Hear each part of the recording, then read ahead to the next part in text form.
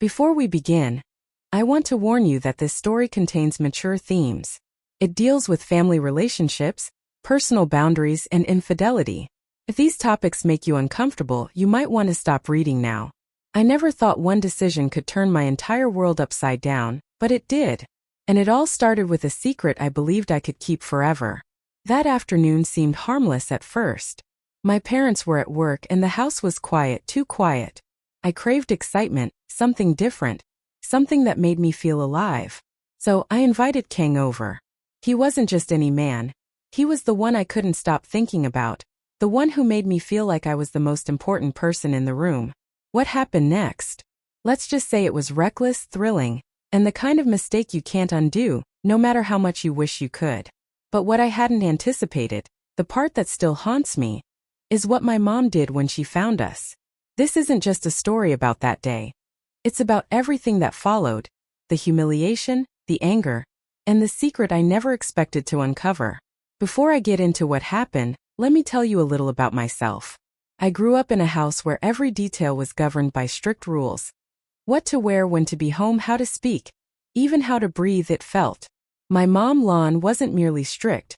She believed that discipline was the essence of parenting. There were set schedules for every dinner at 6 o'clock, chores to be done by 8 o'clock, homework checked by 9 o'clock. And if you were even a minute late, you'd be reprimanded for days. My dad, Hui, was the opposite, or perhaps not. I never really got to know him well. He worked late most nights and was barely around. When he was home, he kept his conversations short, his eyes on the television. Sometimes I'd sit beside him, hoping for a moment of recognition, but it never came. I think that's why I started acting out. It wasn't that I wanted to be bad. I just wanted to feel something beyond invisibility. At first, it was small rebellions. Staying out later than allowed, sneaking out to hang with friends, wearing makeup my mom wouldn't approve of, and changing into outfits she despised the moment I left the house. I told myself it wasn't a big deal. After all, I wasn't hurting anyone. But the truth was, I was hurting, I was lonely and angry, and I didn't know how to stop it. Then I met Kang. He was everything I wasn't: confident, laid back, always smiling as if nothing could touch him. He disregarded rules and didn't care about others' opinions. From the moment we started talking, I felt the spark, the rush, the pull. He made me feel like I mattered, and I clung to that feeling like it was the only lifeline keeping me afloat. I'd catch myself staring at my reflection afterward, wondering if I looked different, prettier, perhaps bolder. He made me believe I could be someone else. Someone unafraid to take risks and break the rules. My mom hated Kang.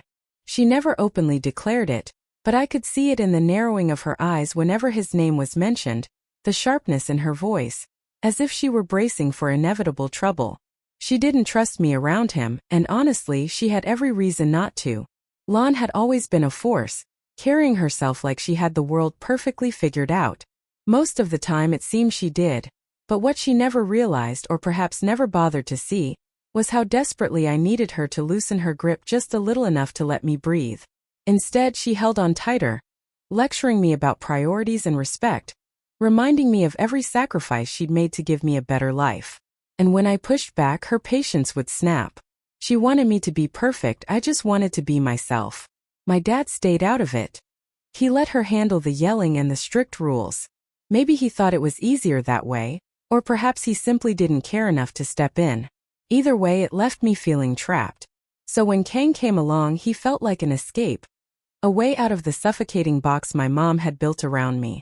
With him, I didn't feel small or invisible. I felt free. And that day, freedom was all I could think about. When I let him in, I wasn't considering consequences. I wasn't thinking about what my mom would say or do if she found out. I was only thinking about him. If you're still with me, I can already tell you're in for the rest of this story. And trust me, it only gets crazier from here. So before we go any further, make sure you like, share, and subscribe. Why? Because stories like this don't just make you gasp. They make you think, and you won't want to miss what happens next. I remember standing in my parents' bedroom, holding a pair of handcuffs, my heart racing. Not from fear, but from excitement. Kang leaned in at the doorway, arms crossed, wearing that mischievous smirk. "I already fell way too hard for your parents' bed," he said, raising an eyebrow. "Didn't think you had it in you."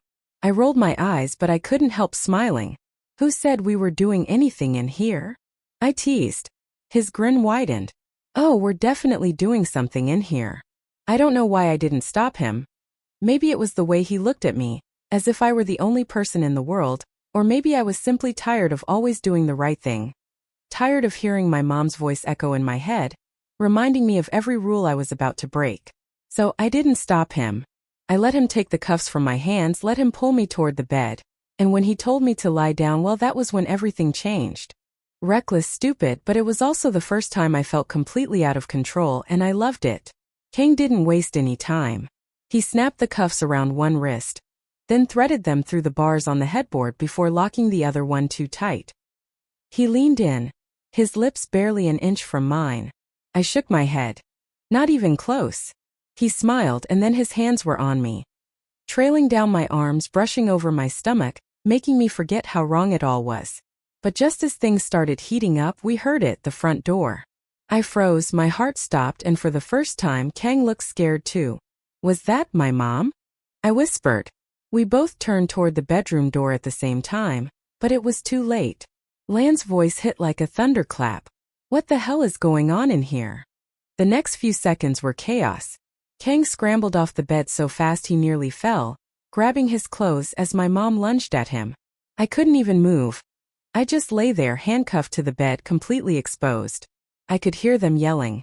Her voice sharp and furious, his voice panicked and defensive. Then footsteps rushing down the stairs, the front door slamming shut, and finally a moment of silence. For a moment I thought maybe she'd leave to go after him, but then I heard her deliberate, slow footsteps coming back up. When she stepped into the room, she didn't say a word. She just stared at me, the disappointment in her eyes cutting deeper than any words could. Then she spoke, walking over to the bed. Since you're so desperate to act like an adult, let's see how you handle the consequences. That's when I knew this wasn't over, not even close. I didn't know what to say. I couldn't even look at her.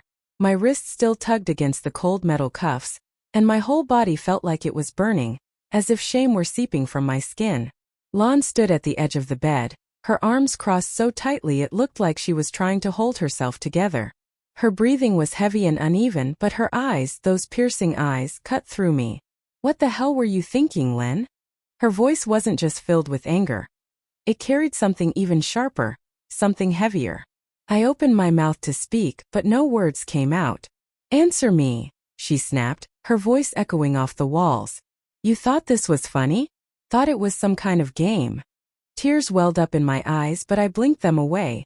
Crying wasn't going to help, not with her. She stepped closer, her heels clicking against the hardwood floor. You're lying here, handcuffed to my bed.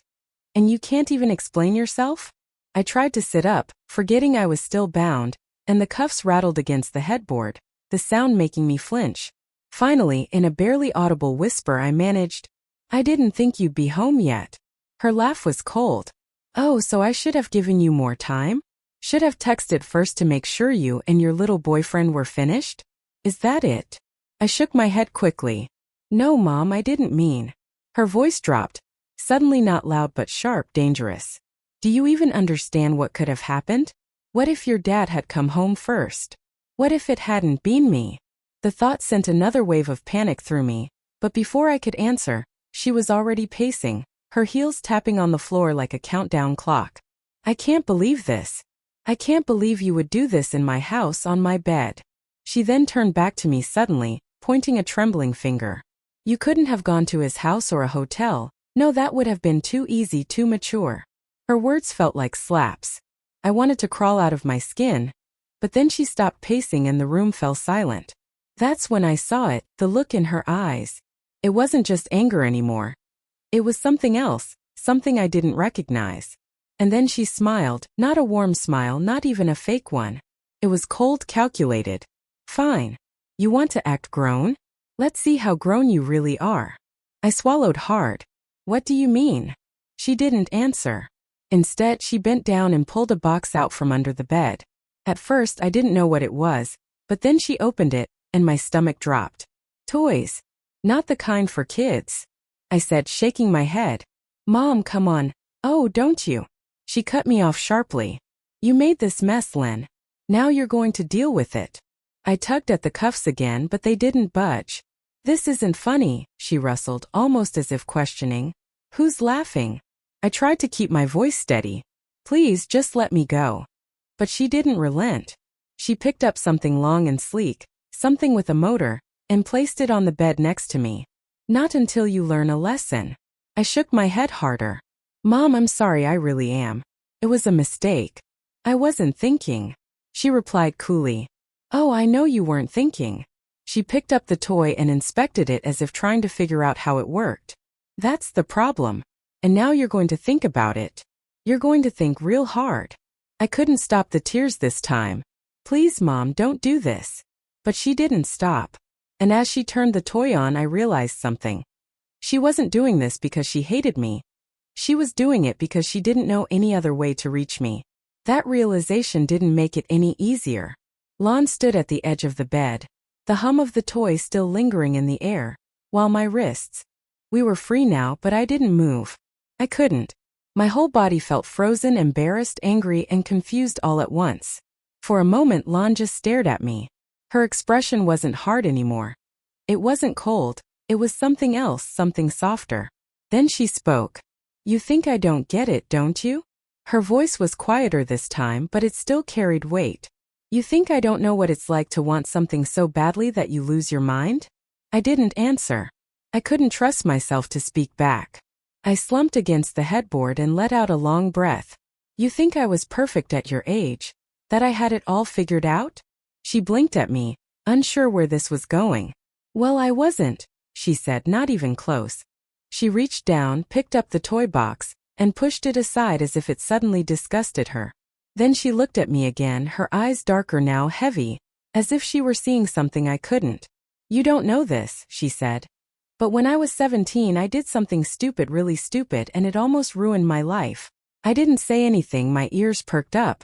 I'd never heard her talk about her past like this. She laughed, but there was no humor in it. His name was Axel Martinez.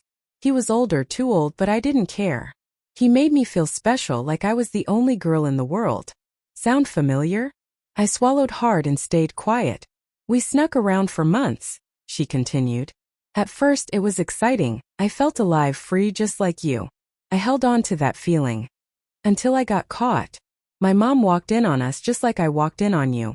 Except she didn't yell or freak out. She just looked at me, looked right through me, and I knew I'd lost her respect. Her cracked voice wavered. She didn't try to punish me. She just let me deal with the fallout. And trust me, there was fallout. Axel didn't stick around. He ran the second things got messy, and I was left picking up the pieces. I wanted to ask what happened next, but she didn't stop. I thought I'd never recover from that, she said. But I did. I pulled myself together, rebuilt my life, and then I met your dad. She paused.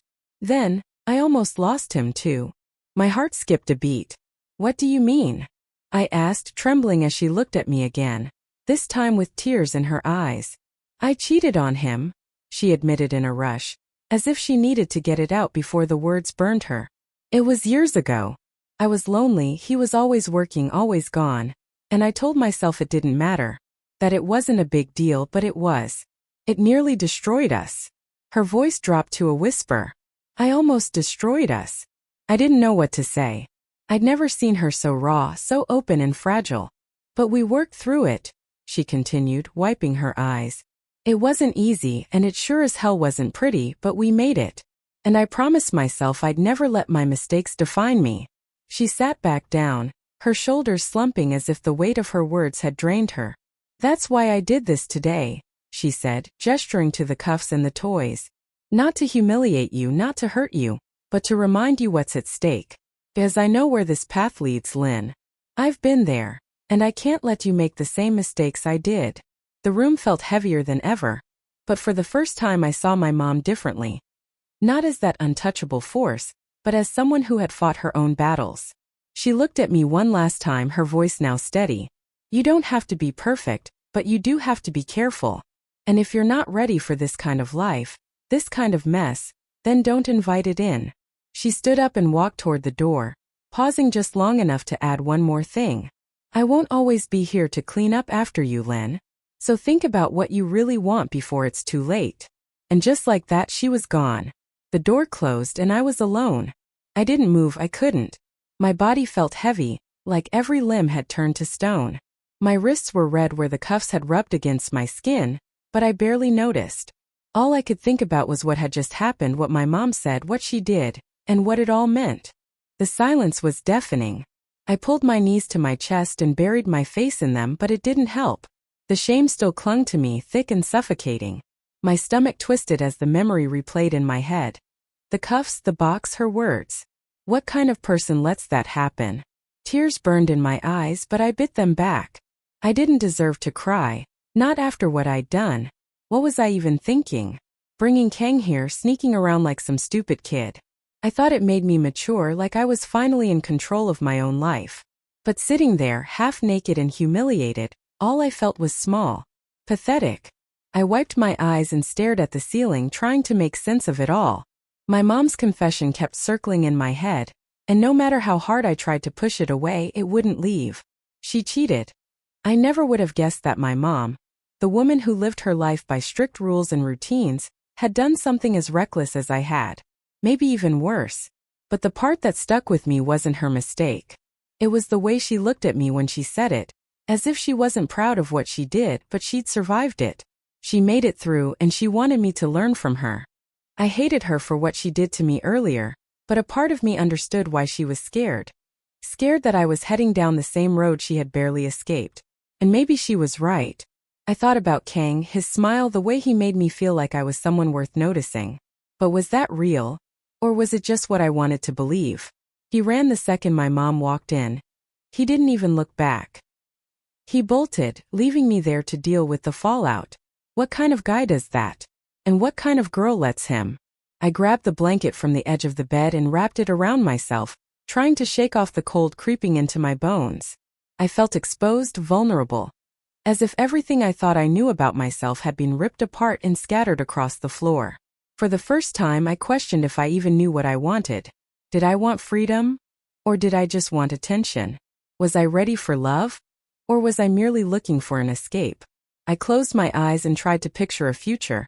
Not one defined by reckless decisions and poor choices, but one where I actually took control. A future where I didn't have to lie or sneak around to feel alive.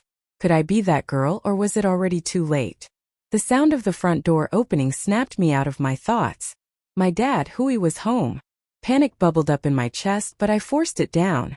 I wasn't ready to face him, not yet.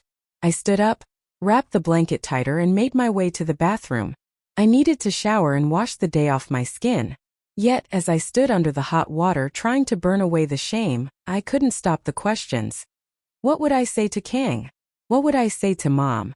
And how was I supposed to move forward when everything felt so broken? I stared at my phone for what felt like hours. Kang's name lit up the screen, 3 missed calls and a couple of texts that all said the same thing. I'm sorry. Call me. That was all he had to say after leaving me there to face Mom alone. I wanted to scream, to throw my phone across the room and let it shatter, just like the trust one once had in him. But instead I just stared at it, waiting for it to ring again. It did. I let it buzz twice before I answered. What do you want? My voice came out colder than I expected. Lynn, listen, Kang said quickly, as if he already knew I might hang up. I panicked. Okay, I wasn't thinking. You just ran. I snapped. He went silent, and for a second I thought he might hang up. Part of me hoped he would, but then he spoke again softly. I messed up. I know I did. But what was I supposed to do? She came at me, Lynn. She had her hands on me before.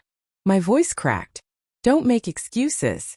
I heard him exhale on the other end. I'm not. I just didn't know what to do. I panicked. I clenched my jaw. And what about me, Kang? Did you stop for even 1 second to think about what you were leaving me with? Or did you just care about saving yourself? That's not fair. I managed to laugh, though it sounded hollow. Do you have any idea what she did to me? Do you even care? Of course I care, he snapped. And for a moment it almost sounded real. I care about you, Lynn. That's why I'm calling. I'm trying to fix this. You can't fix this, my voice dropped. Not this time. He went quiet again, and I let the silence hang heavy and sharp. When he finally spoke, his voice was softer. So what does this mean? I swallowed hard. It means maybe what we had was never as real as I thought. I hung up before he could answer. Downstairs, I could hear my parents arguing in low, sharp voices, words tumbling out faster than usual. I cracked the door open just enough to catch fragments. You think this is my fault? My mom's voice is angry but not as sharp as earlier. Maybe you pushed her so hard that it has something to do with it. Oh, so it's me now? I'm the problem? Where were you when all this was happening? Dad, you were at work pretending nothing was wrong. His voice dropped further. Don't turn this into a fight about me. My mom didn't back down. Maybe it should be about you. Maybe if you were around more, I wouldn't have to go looking for attention somewhere else. I gripped the door frame. This was all about attention. Did they really think I'd done all of this just because I was lonely? What do you want me to do? Dad said, exasperated. I want you to step up, Mom shot back. She needs both of us, Hui. Not just me cleaning up the mess every time something goes wrong. And what about you? You think humiliating her is the answer? You think pulling out that damn box and treating her like it got her attention? I shut the door before I could hear more. My heart pounded again, but not with fear this time, it was anger. They thought they had me all figured out, that they knew exactly what was going on in my head. But they didn't. They didn't know how empty I'd felt, how King made me feel like I mattered. Even if it was all fake. They didn't know what it was like to live in a house where love felt more like an obligation than a choice. And maybe that's why it hurt so much, because part of me knew they weren't entirely wrong. The next morning felt different. The house was quieter but not in the peaceful way I had hoped for. It was the kind of quiet that felt heavy, as if everyone was waiting for someone else to speak first. I sat at the kitchen table, staring into my coffee cup as if it held all the answers I didn't have. My mom walked in, her steps slower than usual, and sat across from me. For a moment, neither of us said anything. Then she cleared her throat. We need to talk. I nodded even though I wasn't sure I was ready. She folded her hands on the table, and her eyes, softer than they had been the night before, met mine. Lynn, I know I was hard on you yesterday, probably harder than I should have been. I blinked. Her lips twitched into a half-smile, but it quickly faded. I need you to understand something. I wasn't trying to hurt you. I was trying to wake you up. Well, you did, I affirmed. She leaned forward. Good, because this, she waved her hand between us, cannot happen again. You're too smart, too good, to let some boy turn you into someone you're not. I swallowed hard. I'm sorry, I whispered. Her face softened even more. I know, she said, letting out a long breath before sitting back in her chair. We need boundaries for both of us. Like what? I asked. Like, no boys in the house when we're not home, no sneaking around. And if you want to be treated like an adult, then you need to act like one. That means honesty. No more lies. I nodded. Okay. I'll try. And I'll try too, she added. I'll listen more and give you space when you need it, but only if you prove I can trust you. It wasn't perfect, but it was something. We sat there for a while, both of us unsure of how to move forward but willing to try, and maybe that was enough. Later that night, as I sat alone in my room, my phone buzzed. Kang's name lit up the screen. My stomach twisted. I knew what I should do. Ignore it, delete it, let it go. But my finger hovered over the message and I felt that pull again. What if he really was sorry? What if things could be different? I didn't answer. Not yet. But the temptation was still there. And that scared me more than anything. And that's where things stand for now. So what do you think? Was my mom right to handle things the way she did? Or was it too much? And what about me? Was there something I should have done differently? I really want to hear your thoughts, so let me know in the comments. And don't forget to like, share, and subscribe if you want more stories like this, because trust me, this isn't the end.